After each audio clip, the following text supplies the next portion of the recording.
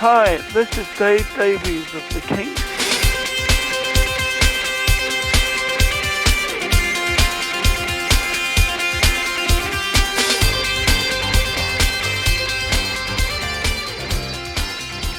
Hey, I'm Nick DiMatteo, and welcome to Season 7, Episode 10 of Music is Not a Genre, MxG. I went a little slower that time with the hand gestures so you could study them, pause the screen, because there's going to be a test at the end of the semester. No idea what I'm talking about. Thank you, as always, for watching and listening. Listeners, go to youtube.com/@musicisnotagenre to get a video for every episode of this podcast. Watchers, go to nickdimatteo.com/musicisnotagenre if you'd rather not discover the t-shirt I'm wearing or whether or not I need a haircut. And everyone, go to patreon.com/musicisnotagenre to support this podcast and my band Rec and everything I do. Of course, our sponsor, like, share, and subscribe. Everybody says that, and I'm terrible at it because I always feel like, you know that, but that's something that people need reminding of. So can you leave a review, whether you're on Spotify or Apple or wherever you listen? Can you leave a review on YouTube? I don't know if it makes a difference. Comment on YouTube, subscribe to YouTube, follow on all the services. Please do all of that and share anything that you feel like someone you know would love to hear or watch. And then, of course, our sponsor is Qobuz, music streaming service that has about the same amount of music and costs about the same as Spotify or Apple, but it is high res for that same price, WAV files, AAFFs, whatever you want to call them, and it has a lot of editorial and additional content that Spotify and Apple doesn't have. I recommend checking it out. Let's just get to the topic now. This week, the topic is the amalgam effect. Musicians who consistently defy genre. I have been excited about this topic for at least since last season, but probably for years and years. And you've heard me use that word amalgam before, and I'm going to use it a lot in this episode. And you'll see why I'm excited about it as I talk about it. I listen to a lot of music. I've done a ton of chronolographies. Look it up. It's an MxG word, meaning listening to an artist's primary discography in chronological order. And notice that artists who tend to organically incorporate new influences into their music consistently are the ones whose careers are the most robust and the most consistent. And I call this the amalgam effect because it comes from refreshing your well of sources and integrating the new to you sounds into your music. And I say you and your because I hope I'm also talking to music creators out there like me who need a little bit of help getting through a writer's block or whatever it may be. It may be because you just need to go out and listen to more music, and preferably music that you've never heard before, preferably music that is newer, and I'll explain why as I go through this. I've also heard enough artists who don't add new influences over the years, and later on you'll hear about how that can affect their music and their careers. It's not always a bad thing, and that's a big but. So the show rundown, first I will start with a brief intro into the subject, then and that'll have some definitions and things like that. I'll go decade by decade, starting in the 1960s, using a handful of bands and solo artists as examples of who did or didn't go the amalgam route, and we'll break down some of their influences. Although my bonus extra video, I'll be breaking down two particular artists' influences. That's at patreon.com/musicisnotagenre. I will classify these artists into four categories. True amalgamists, of which there are two kinds, and I'll explain that later. Modifiers, dabblers, and purists. And again, you get definitions of all these later on. And then I will go into conclusions and the featured song and questions and all of that stuff. And yes, the bonus extra video at patreon.com/musicisnotagenre is me breaking down the influences of the Beatles and Prince and showing some parallels between the two, as a matter of fact. So some disclaimers, of course, I'm going to miss a ton. I will not be able to cover every genre. I'm sure there are plenty of, let's say, jazz and classical artists who defy genre by consistently adding new elements to their music, but I don't think I'll be getting into those. But I will not confine this to just rock music like so many old white dude podcasters do. This is not a judgment on who's good, bad, genius, not, etc. I may be biased, I may not. You'll find out. There are artists who cover songs from other styles, who cover them, but do it so in their own way that it doesn't at all change their sound. If you think of somebody like Johnny Cash doing a Nine Inch Nails song or Sinatra doing the Beatles, this episode is not about them because I'm discussing production and style and not song sources or content. And it doesn't appear that those choices for those artists markedly changed their style in any way, although I applaud them for doing those covers. Finally, because we're talking about change of sound over time, I really can only reference artists who've had relatively long careers. So I'll be leaving out some artists you might want to hear about who you think are great amalgamists, etc., etc. Sources, Reddit. There's some interesting discussions on Reddit if you know where to look. Same with Quora. Both of them can be trash heaps the way any social media can as well. But if you look hard enough, you can find some great things. Wikipedia, as always, and yardbarker.com had some interesting comments on that. So let's get right into it, as if we're not already into it. Some definitions. The first definition, of course, is the title of this podcast, The Amalgam Effect. Every artist owes a debt to what came before. That is just a fact. Anybody who says this person is entirely new or I am entirely new that's ridiculous. That's just not possible. Unless you've lived in a cave and start creating sounds out of the things around you and have never heard a single other thing, then it's not possible. You're part of the world. You've been influenced by something. For example, Buddy Guy owes to B.B. King, who owes to Robert Johnson. Some of these artists, like those I just mentioned, show a clear connection to their predecessors. Others may have a few influences they've brought together into a signature sound, one or two influences. Let's say you're combining rock and pop, or rock and dance, or rock and blues, or something like that, or hip-hop and rock, or whatever it is. Still others have many, many influences that create not just a new sound, but often a new genre.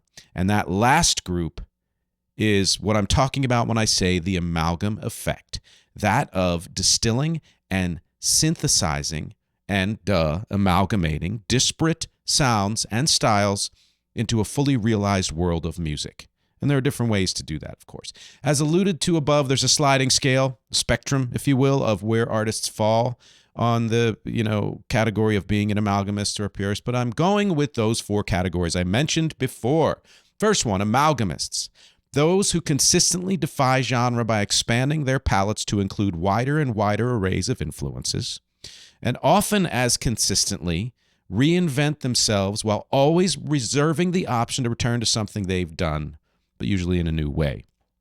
And I divide, that's my definition, by the way, and I divide the amalgamists into two kinds. I don't consider them separate because they bleed into each other a lot. Cumulative amalgamists and serial amalgamists. So the cumulative are those whose sound keeps getting added to and nothing gets left behind, and it just morphs and morphs and morphs. The serial amalgamists are those who go from genre to genre with ease, not just as dabblers, while carrying over some of what they did before. And then some of what they do from genre to genre gets carried over into the next thing they do. And that's why I don't separate these two. Also often because they're the same artists. There are artists whose sound cumulatively is amalgamated. And then those same artists may decide to branch off and do something in a genre that they're not used to doing or that they're very interested in, and then all of a sudden become serial amalgamists, but what they do there then influences what they do next. And what that means really is that even serial amalgamists are cumulative to some degree because you can't help but retain some of what you've done, even if you say, I'm going to take a left field turn. Second class is modifiers. Those who add new elements to their music, either from curiosity or interest, or sometimes to keep current, which is not necessarily a bad thing. In fact, I think that's one of the vital things about amalgamists is that they're always in touch with what's going on, and allow those elements to be incorporated into the fabric of their sound, but don't markedly change or expand their overall style. So these are people who are to some degree amalgamating some things, but not to as nearly large of a degree as actual amalgamists. I call them modifiers. Then there are the dabblers, those who stay in one lane, but then all of a sudden veer off temporarily into another style or genre, and then return to their primary sound without bringing much, if any, influence from that experimentation. A lot of that dabbling can be very interesting.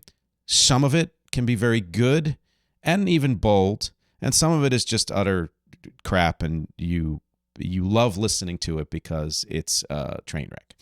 Purists, finally, those who stick to their one or two influences or genres for their entire careers. Again, mentioning somebody like a B.B. King. And again, these aren't judgments. B.B. King's amazing. It was amazing. And so are so many other purists. And I'll talk a little bit more about where I fall as far as my likes and dislikes of these categories. You're probably already thinking of artists who fit into all of these categories. So again, amalgamists, modifiers, dabblers, and purists. Let's get to it. And let's start with the 1960s. I call this decade, the pioneers. Not because there weren't amalgamists of sorts who came before the 1960s, 50, whatever, and certainly in the classical world, and certainly in the jazz world and all of that stuff. But in terms of the modern era of music, where you start hearing true amalgamists emerge and become super successful often, it's the 1960s. And of course, mostly I'm talking about the Beatles. The Beatles were one of the handful of artists who really motivated me to do this episode on the amalgam effect. And when you think of them, I'm not going to go too far into the Beatles because my bonus MxG video at patreon.com/musicisnotagenre breaks down their influences. But just a brief overview, when you think of them starting out as that kind of like, teeny bopper, skiffle, rock and roll, whatever you want to call it, and where they went, you understand why I call them amalgamists. They're more cumulative amalgamists, but they were in some ways serial amalgamists. And of course, that serial amalgamy really influenced what they did later on. They carried some of it, much of it with them. Another amalgamist band for the 60s, the Kinks. Again, I guess my third favorite of the British invasion bands in the 1960s, yes. And I did an episode on that. I would call them more serial monogamists, but intelligent and resourceful and thoughtful enough that they carried over a lot of that serial. I said monogamous, didn't I? I knew I was going to do that once. Damn it. I might do it again. They carry over a lot of that serial amalgamy into the things they did in the future. But they went everywhere and did it well, Some modifiers of the 1960s, The Who did branch out in many, many ways, but you have to admit that overall their sound was pretty consistent, even with their little forays here and there into chamber pop and whatever else they did. The Stones, modifiers to a pretty large degree in that they, every so often would start to incorporate new elements into their music, but no one is ever going to mistake them for anyone other than the Stones. Bob Dylan, shifting from acoustic to electric, going into kind of music hall tunes, earlier tunes, whatever, and doing a whole bunch of other changes in his career. But again, it's always Dylan. It's more of a modification than amalgamy. Beach Boys, same thing. They were geniuses in many ways and did veer off into various types of almost experiments, you could say, more than just dabbling, but their overall sound was always Beach Boy sound. And honestly, look up some of the 70s Beach Boy stuff. You'd be surprised how good it is. And late 60s even. Of course, dabblers. I don't mention a lot of these because I'll be honest, this is my least favorite category. I call them monkeys dabblers only because they, first of all, didn't write their own music in the beginning, but when they started to, they were very kind of folksy because of Mike Nesmith's influence mostly. But then they went into psychedelic and then, branched off into some other types of things. That they did more pop in the 80s and dabbled with Adam Schlesinger in the 2000s or 2010s, I guess. And you may disagree, and if you're a big Monkees fan, you may think that they were more modifiers, or you might say, but I'm going to call them dabblers. But a big dabbler, someone I mentioned in a previous episode, I don't remember which one, is Mae West. Yes, the old movie star Mae West in the late 60s released an album, I think it was one, it might have been more, of contemporary rock songs. So like The Doors and stuff like that. Talk about dabbling, and honestly, this is a case where it's bold dabbling. And interesting, not necessarily great, but absolutely worth listening to. Some purists, 1960s, quite a few. Simon and Garfunkel I call purists because they were just a singer-songwriter duet, and no matter what they did, they kind of stayed in that lane. Sinatra, again, mentioned, throughout his entire career was a crooner, and even though he added a couple of things here and there, mainly covering tunes from other genres, he didn't take those tunes and turn them into something different. He turned them into what he always does and did. James Brown, I mean, come on, ultimate purist and an awesome for that. Smokey Robinson, one of my favorites. Again, he covered a Beatles song, things like that. Still very, very Smokey and very amazing. Any blues artist, purist. Any folk artist, purist. Any psychedelic artists, to me, purists, because no matter what they threw into their music, they're sort of like proto-prog rock, and I'll get to that in the next decade. It always ended up being psychedelic, period. I want to mention the Mamas and the Papas because I did that episode interviewing the guy who wrote the book on them and etc. My dad likes them, and even though I can't say I'm a huge fan of theirs, they were tough to classify because I wouldn't by any stretch call them amalgamists. I would say they're more modifiers than anything else. And honestly, I could go on and on in each decade. But again, I'm just sampling certain artists from each decade, which brings us to the 1970s. I call it the dichotomy decade because there, to me, were as many amalgamists as there were purists. It was just such a divided decade and a chaotic decade, and mostly that served music well. And of course, the biggest amalgamist that you can think of for the 1970s, to me, Bowie. He was a serial amalgamist to the nth degree, reinventing himself over and over, but that serial amalgamy carried over to become cumulative decade after decade, to the point where his music was so rich and nuanced that you could start to pick out influences from various eras of his career as he got into the 90s and 2000s. And even though only a handful of people have said that anything I do sounds like Bowie, he's really a model for me in the sense of being bold enough to say, I'm going to take this left field turn and it will still be me, that kind of thing. Or pretend it's not me, but in the end, it is still you, The Bee Gees. And let me make a note here in that you've heard me say an artist's name and in a decade, and many of those artists like The Who and the Kinks, etc., carried on past that decade and had even greater success in some ways. I just pick a decade where, they were prominent, and I throw them in there, not to confine them to that decade, but just to have some kind of way of organizing all of this. And of course, the Bee Gees started in the 60s and went way past the 70s, but they had their big success with the disco era and the funk and all that and soul in the 70s. And I would call them mostly serial amalgamists, but that serial amalgamy, again, became super cumulative, especially in the late 80s and 90s. And I read a thing when I was looking all this up, as somebody was talking about what the American view of this, and again, of course, I did an episode on the Bee Gees. Please look it up. It was one of my favorite topics to cover because year after year, I discover so much more about them. Grew up with them as a kid with Saturday Night Fever and never fully realized the rich career they had before and since then.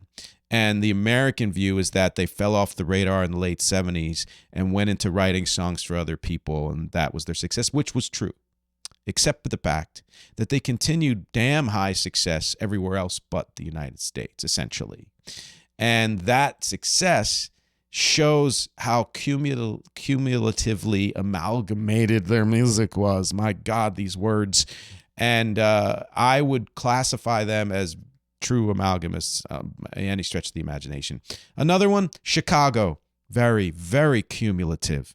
They started from that kind of jazz, funk, rock, whatever, but they even had elements of pop and folk and blues and all of that stuff in the beginning, and would add more and more. They added the Latin percussion and all of that stuff. And year after year and album after album, they added more and more through at least Terry Kath's death, which next week I'll talk a little bit more about Terry Kath in the catch-up episode. And their sound really emerged, especially on Chicago 7, as a huge cumulative amalgamation. And they were real experimenters. Not all of their experiments worked or were great, but they're one of my favorites, as you know. And of course, maybe the ultimate amalgamist on any list is Frank Zappa. He went everywhere. It would be impossible to say whether he was cumulative or serial because he was very, very hard to classify at any point in his career. And even though a lot of his stuff, I believe for me, deserves a re-listen because it didn't really sink into me, I have to admire and respect really everything he did and his stance on the music world in general.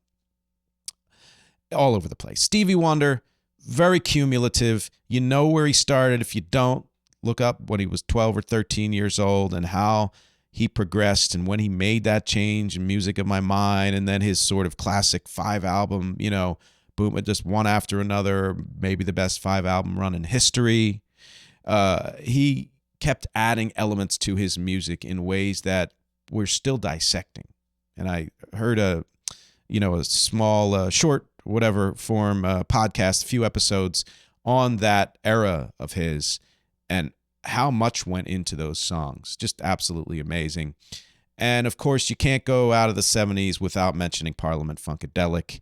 This is somebody, George Clinton had a rock and roll background and certainly incorporated that into the funk that he did. And album after album would add new elements. Very cumulative, both of those bands. The Clash, more serial amalgamy, but honestly, both.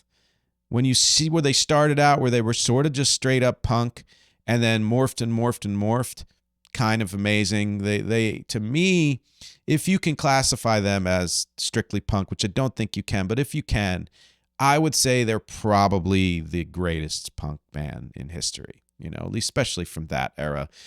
Pink Floyd, not a favorite of mine, but you got to hand it to them that they kept adding things to their sound throughout the years, and you can go from the Syd Barrett crazy psychedelica to things blues was in there and orchestral and the progressive, of course, that of the progressive bands of the 70s, to me, they were probably the greatest amalgamists. And then you think of, Another Brick in the Wall and all of that. My God, like they were able to do it successfully too through, I think, at least the 80s, if not the 90s. And again, got to hand it to them for that. Modifiers of the 1970s. Billy Joel and Elton John would continually add small things to their sounds and shift gears here and there, but they never strayed from sounding like Billy Joel and Elton John. Same with Paul McCartney. Again, highly curious, always listening to new music. One of my heroes as far as that goes, because you hear something he released in the last 10 years and you're like, oh, he's still paying attention. And I think it behooves every freaking music creator to keep paying attention and to stop revering the past so much. The past was amazing. So is the present. The future's even better because there's amazing stuff coming. McCartney, though, would still always sound like McCartney, whether in Wings or solo. Although that second album, McCartney 2, adding electronic. Again, more modification, though. Same with Queen. Same with Fleetwood Mac. They slowly modified from a blues rock band to what they became. And even though they had quite a range, I wouldn't call them amalgamists. Eagles, same thing. Again, not a favorite. My wife loves them. I have to say, though, that they didn't just stay in one single lane. And yet, always the Eagles. Same with Marvin Gaye. Same with Paul Simon, who went from being a purist with Simon and Garfunkel to really adding on to his sound in certain ways, but still, again, always sounding like Paul Simon.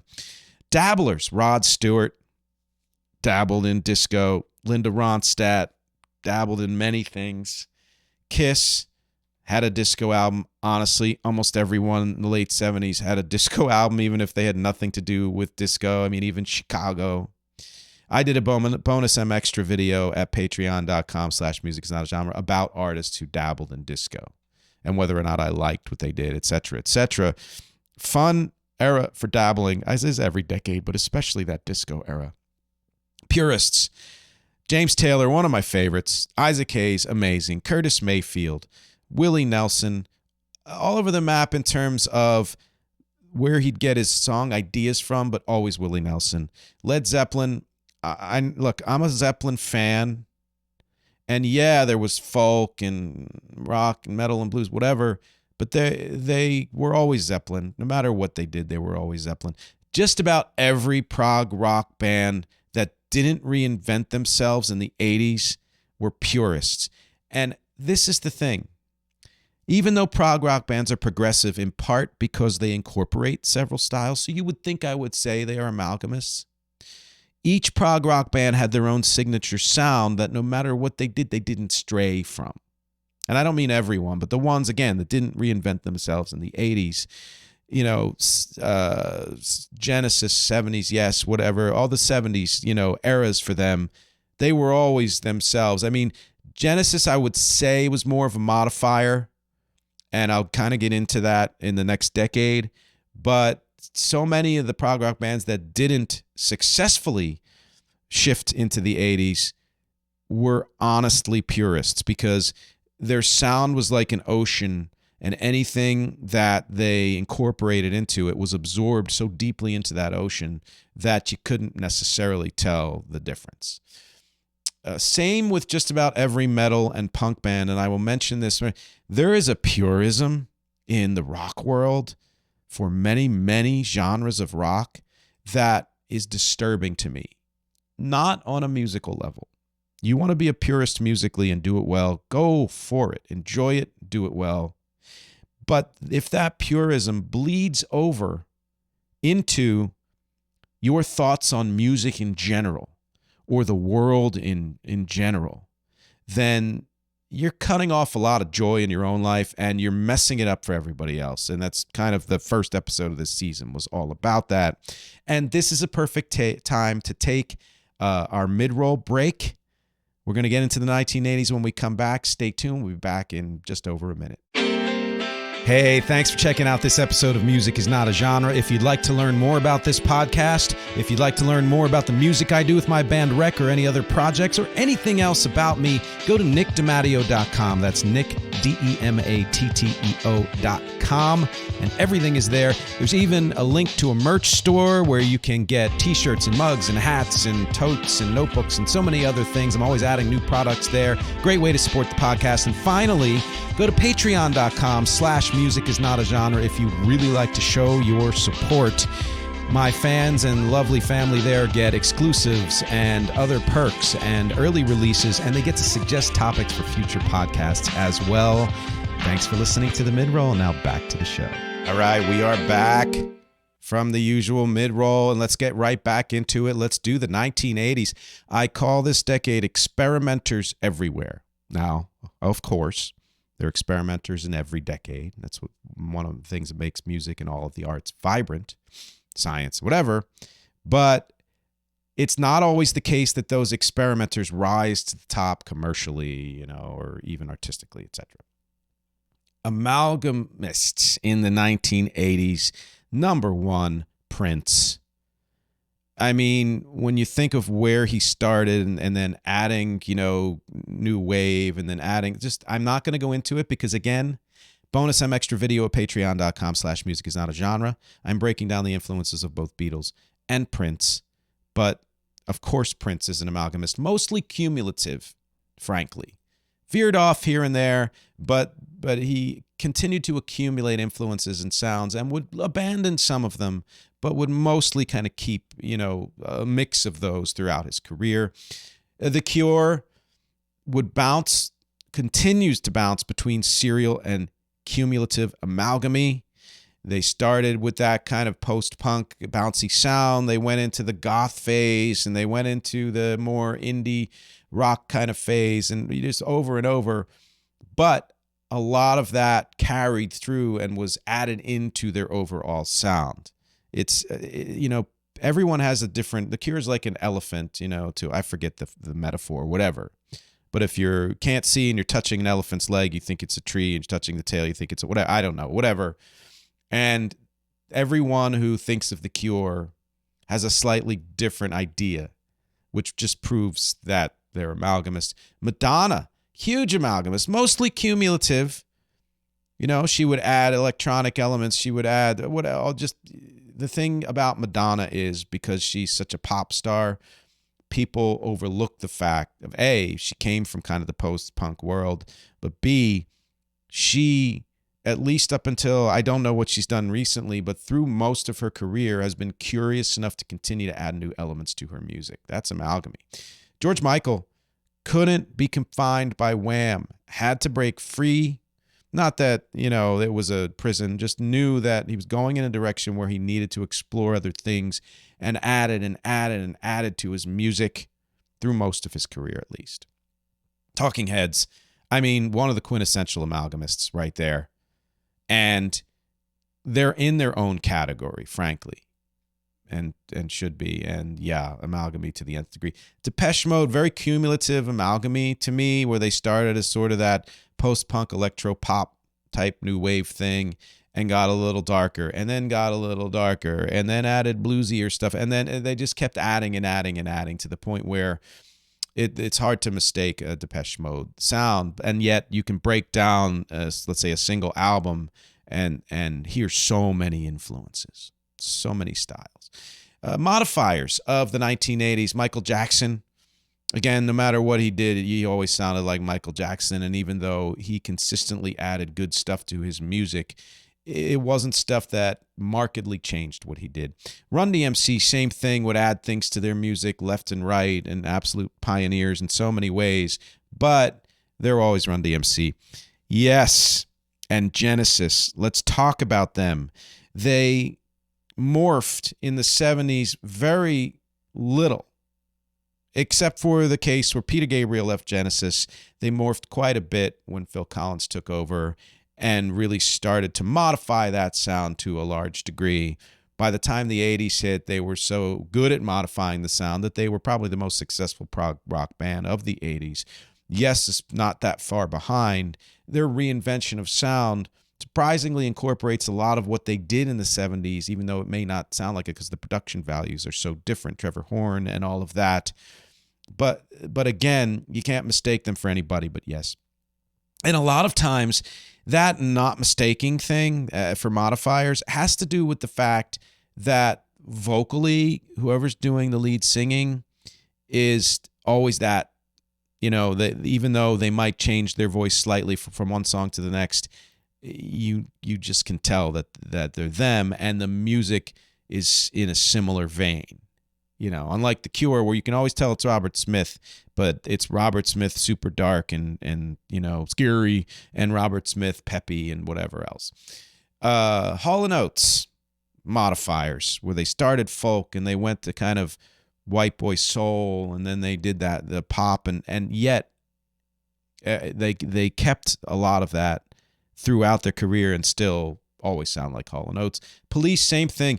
So many subtle modifications through their relatively short career, but a vibrant enough career to be included here, and yet they're always the Police. Same with Van Halen, and yeah, that huge modification when Van Halen became Van Hagar, whatever, but they were still Van Halen, largely because of Eddie Van Halen's leadership. In Excess, same thing. Always had that kind of new wave funk, slightly funky rock pop. And never veered from that very much, even though they would modify their sound from album to album. Dabblers, I'm going to mention Buster Poindexter, who's David Johansen from New York Dolls, because What a change, and a fun change, and a campy change, and it was what it intended to be. I honestly don't remember what he did after that, although he's still alive, and I ran into him in a diner a few years ago, downtown the West Village. Blondie dabbled in more electronic, more hip-hop. Again, not one of my favorite artists, and I would consider what Blondie did more dabbling than anything else, because even though they helped bring certain things into the greater culture, I don't honestly think it was done all that well.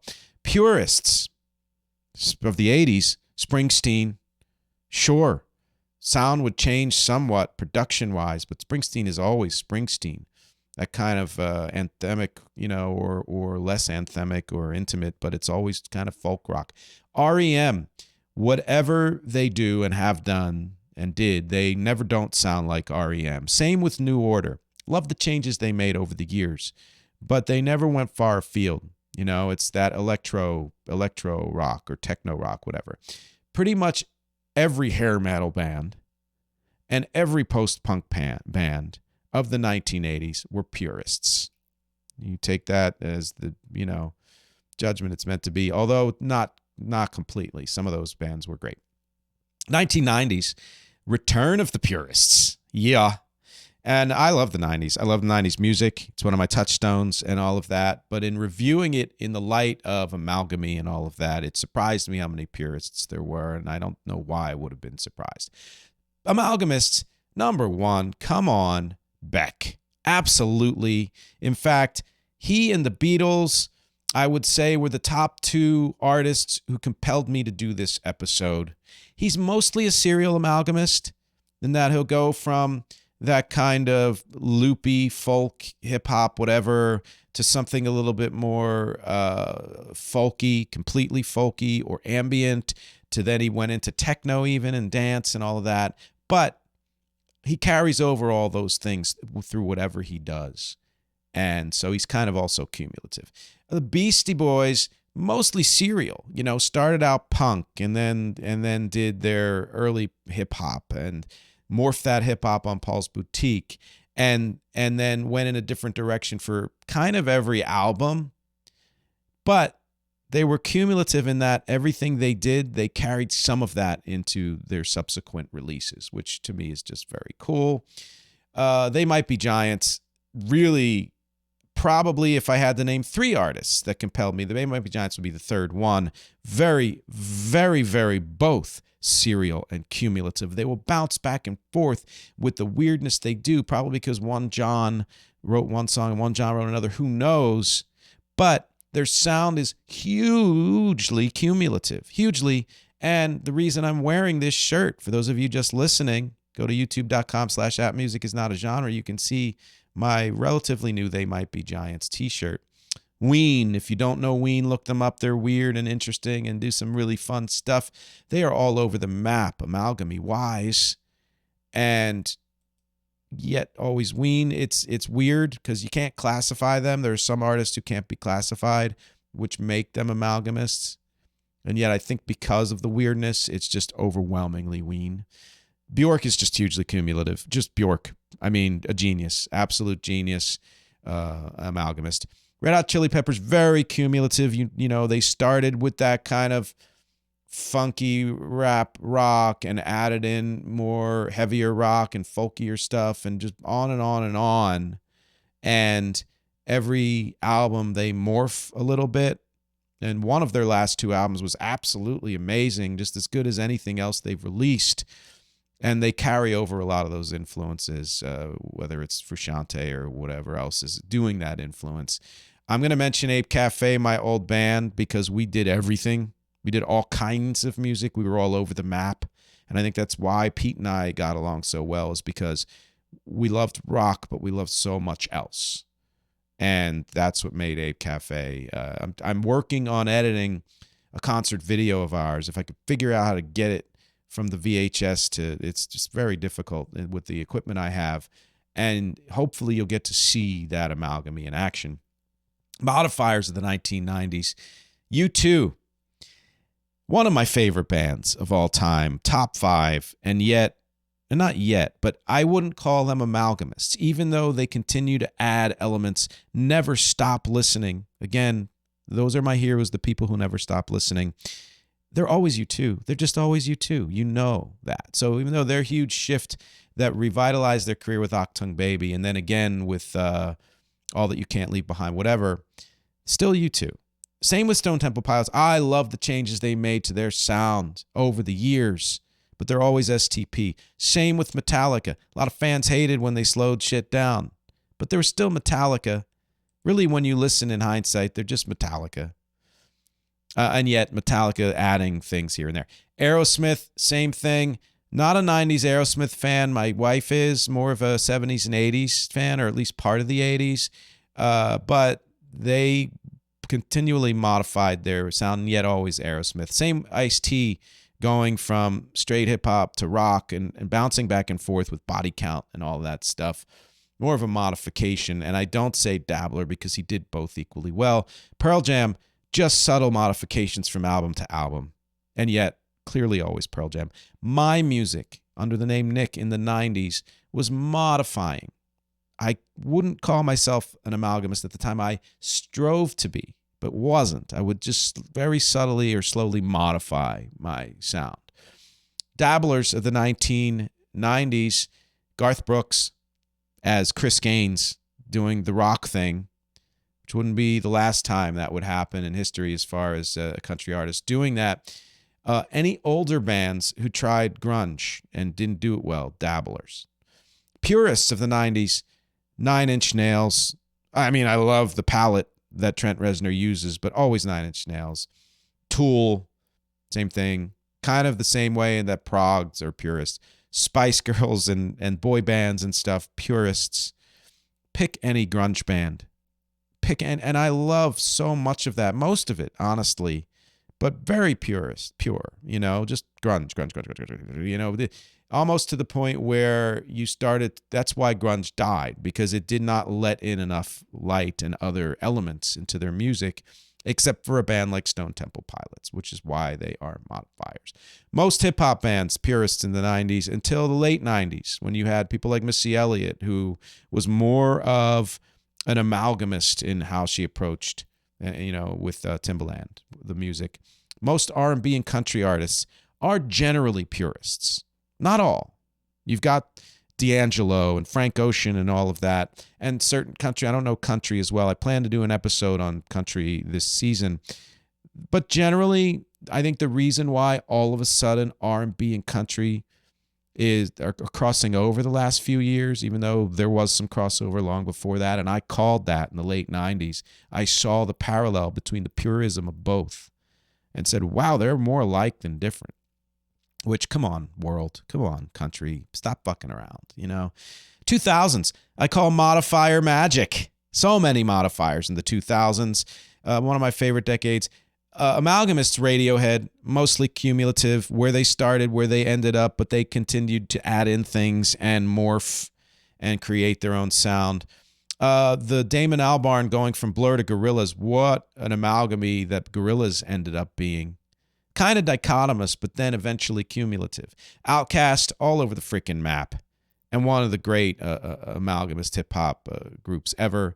Kanye, love or hate him, what a cumulative amalgamist. And absolutely amazing at incorporating just disparate influences across the board. And yeah, you can say Jay Dilla and people like that came before him. And absolutely, these are other amalgamist type hip-hop producers and artists. Kanye, of course, was the one who rose most to the top. Modifiers of the 2000s, Green Day, modified in the 90s too, but they hit it so big in the 2000s, I include them here. Block Party went from just the straight kind of post-punk revival to some electronic. The Killers modified each album, but still very Killers, love or hate. Weezer, always Weezer, no matter what they did. And one of my criticisms about that is there seems to be such stringent control that Rivers Cuomo exerts over the band that their sound becomes a little bit hermetic, you know, a little bit too, you know, like even that cover album. You wish they did more with the covers, that some of them were different, but most of them were so like the original, like why bother, you know? Although it was successful, whatever. Muse, modifiers. Gwen Stefani, big modification from No Doubt. Pink, modifying all the time, but always Pink. Foo Fighters, always modifying, really expanded their sound, but always Foo Fighters. And the dabblers of the 2000s, I'll just mention Ryan Adams, country artist who did both a rock pop album and a metal album around that time. I loved that rock album. Love or hate him. Metal album I never heard. Purists, Coldplay, they added things. They're always adding things, but to me it always just sounds like Coldplay. Queens of the Stone Age, same thing. Very interesting band, but kind of pure. White Stripes are the biggest purists, I think, of the 2000s. Strokes. Fountains of Wayne, one of my favorite bands, but always power pop. Fall Out Boy and Blink-182, always. And really every pop punk emo band, to me, very purist. I could be wrong, you tell me. Screamo bands, of course. Prog metal bands of the 2000s, very pure. Again, not a judgment. All country artists, the 2000s, kind of purist. Brings us to the last era, 2010s to now. I just lumped them together. I call this all over the map, and I mean that in a good way. Some amalgamists, you may be surprised to hear Harry Styles' name come up, but when you listen to the albums he's released, and of course with One Direction, you find a wide range and a real curiosity and love and passion in there for all kinds of music that comes together in a way that is super compelling. I would say Charlie XCX is the same way in her own realm.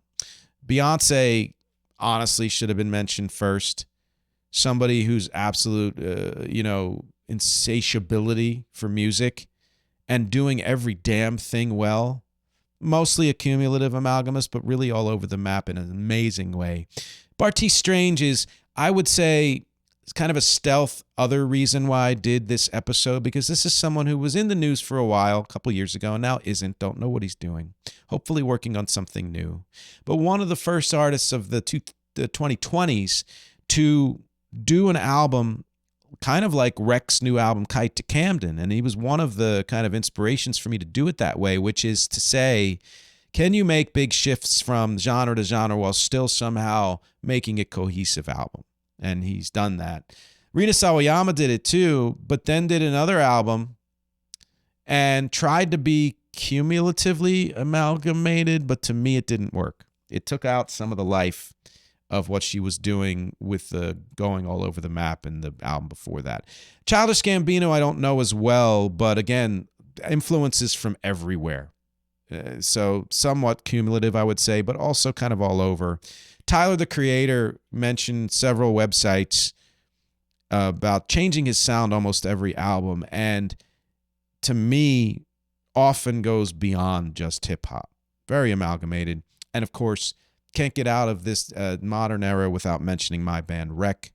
Mostly cumulative, but every time I land on a sound that I say that's Rek, I break from it and do something more serial, and then go back to it and add to it. So it's very kind of Bowie-esque in that way. Again, not saying I sound like Bowie, but in the way I approach music, the ability to want to go from finding a cumulative sound that is Rek's multiphasic power pop to then going off and just doing an entire techno or straight rock album, whatever. Modifiers of this era, Bia Badoobie, go from kind of that light pop into more of an almost post, retro grunge thing. Bruno Mars always modifying his sound. Taylor Swift modifying, and that's all I'm saying. Miley Cyrus always switching up sounds, but always Miley. Again, same like Taylor, always Taylor. Maroon 5, I love or hate them, and there are some songs I really do like. They constantly modify their sound, but they're always Maroon 5. Always Adam Levine, really.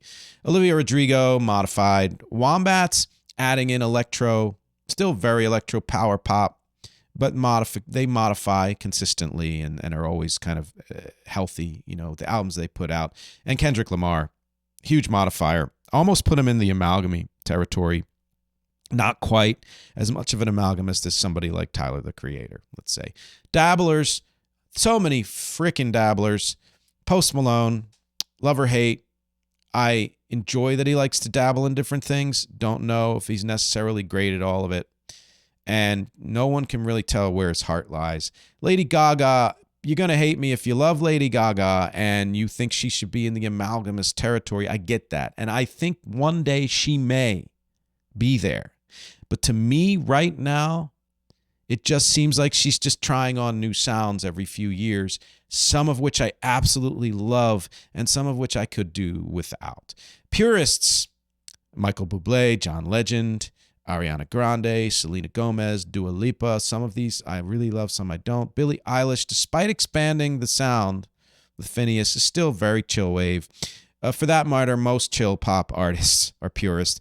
Most hip-hop, although honestly, there are more hip-hop artists expanding their sound in the last 15 years, 10 years, than probably any other genre. Really, as hip-hop in this era is, to me, the least purist it's ever been, with the possible exception of early 90s with that kind of conscious hip-hop, and late 90s with the neo-soul, One note on unclassifiable and or hard to find an error for. I'm sure you can find dozens of artists like this, but I'm just going to name check two. Elvis.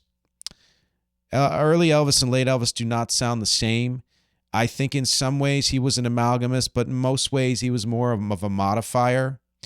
I think that in times he dabbled, but the dabbling in things like gospel was very successful. And yet at the heart of it, he was somewhat of a purist. So how do you classify that? And then Weird Al, who deliberately defies classification and is all of those classifications and does honestly all of it amazingly well. Some conclusions here. I did an episode a few seasons ago called The Identity Bubble, expanding what it means to be you, about how our definitions of identity are way too narrow. And it's what holds us back as artists and as people to say, well, that's not me. I don't do that. The thing is, someone looking from a mile above is going to say, oh, something that you think of as going, miles and miles out of your zone, they're going to look at as a slight shift to the left or right. Big deal. You need to think of it that way. It'll give you the courage to do more things that you think of as crazy. What we think of as a stretch often comes across to others as just another shade of us, if a bit different or weirder. If we're lucky, people do think it's a bit different or weirder, if we're lucky. So the truth is, despite all the artists I mentioned being amalgamists, in almost every case, there's no mistaking who they are.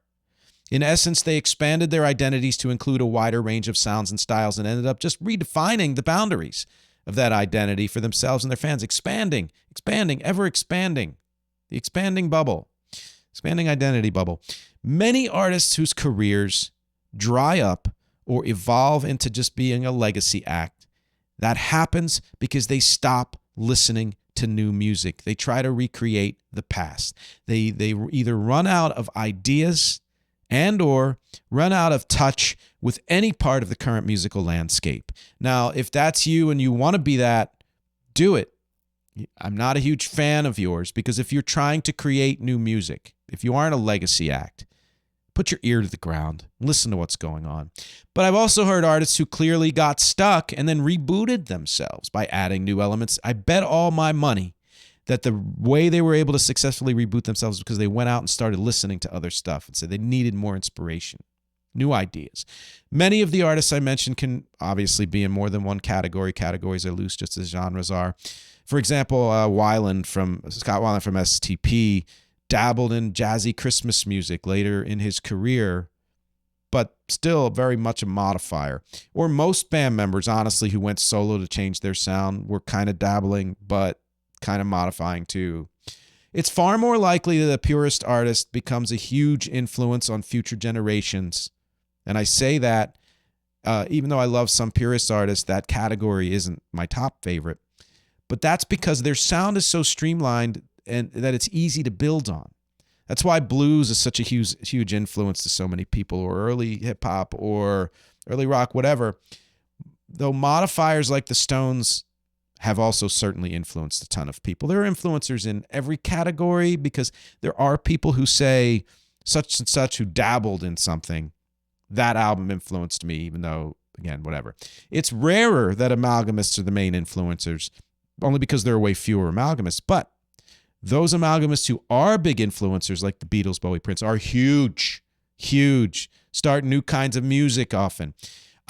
Here's a confession. I started this episode believing my favorite artists were only in the amalgamist or modifiers category. Realized as I researched and wrote it that the only category I'm not a fan of is dabblers, even though I do get a kick out of some of that stuff. As a category, not a fan.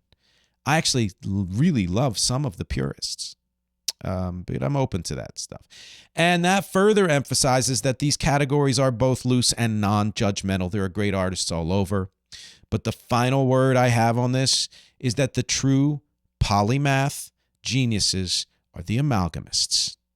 Just those are the genius musicians, which leads to my bonus MxG videos, some genius people at patreon.com/music is not a genre. I break down the influence of both the Beatles and Prince, which also leads to my featured song, a rec song from the new album, KITE to CAMDEN.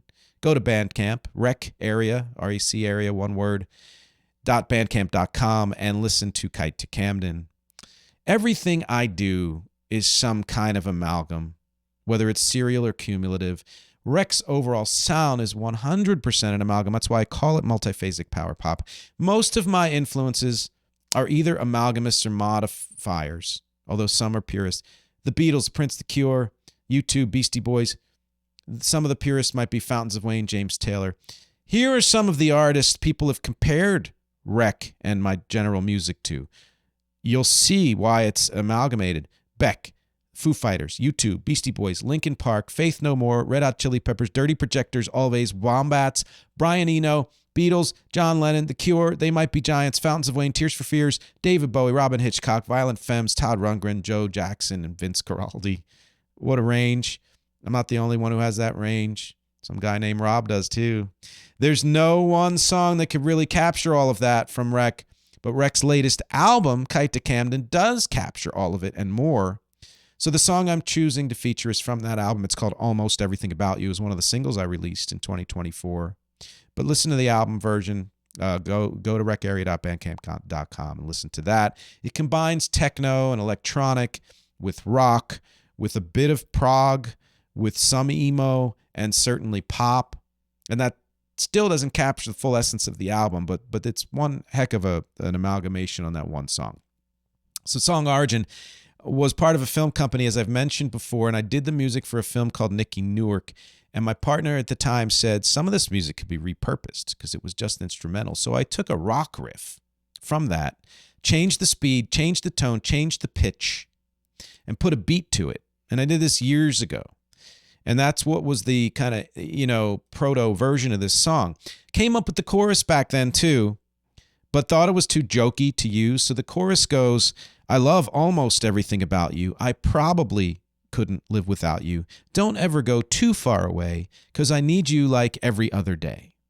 Which sounds like a joke, but I'll talk about a little bit why it's not a joke later on. Most of the lyrics were from a few years ago and meant to be the height of techno singing a la Depeche Mode. And again, I thought it was jokey, but that's part of me. And it ends up being a pretty damn good kind of techno electro power pop song. It's honest to a fault. Listen to those lyrics I said in the chorus. Most people feel that way about people in their lives. None of us love everything about one person. But in the context of the album story, this is the guy trying to focus on the good stuff, whether real or his own kind of fantasy version of that person, to convince himself he should stay in the relationship. Got to listen to the album to find out if he stays in the relationship or not.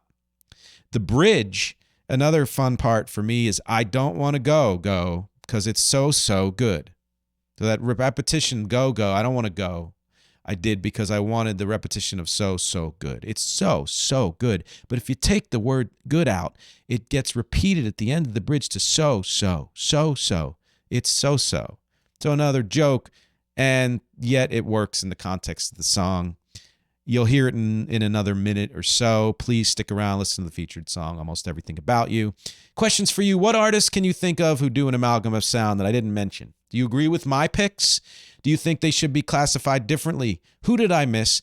Do you prefer the kind of amalgamist artists, or do you prefer more purists? And one thing who do very well. I'd love to know the answers to all these because, as always, my objectives here are music, conversation, and connection. Thank you for hanging with me towards the end of 2024. Just 1 or 2 more episodes to go, and I will talk to you next week. I love almost everything about you.